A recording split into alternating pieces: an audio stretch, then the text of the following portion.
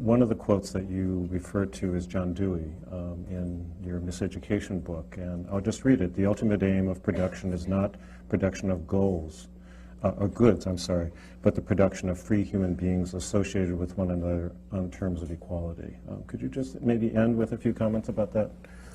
Well, John Dewey, who was the leading American social philosopher, was also, by our standards, pretty radical. I mean, I think his position is correct. Bertrand Russell took very similar positions, and yes, a decent education ought to be creating free, independent, creative human beings.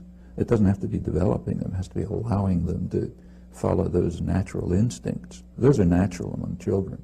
The educational system has to beat it out of them and make them obedient and subordinate and so on. But a decent educational system would allow these natural aspects of human nature to flourish and encourage them.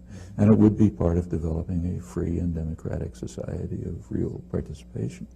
But of course that runs counter to elite interests. It's worth remembering that the United States was not founded to be a democratic society, and elites do not want it to be a democratic society.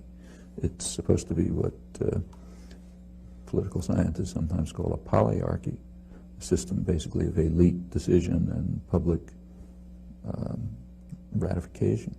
And if you had the kind of educational system that Dewey spent his life committed to, you wouldn't be able to sustain that. People would become active, involved, engaged, and would try to create a truly functioning democratic society, which would, as Dewey also pointed out, require industrial democracy.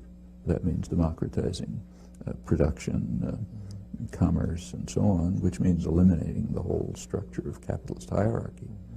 His positions were, well, I mean, he's very real Main Street America, but radical from the point of view of prevailing doctrine.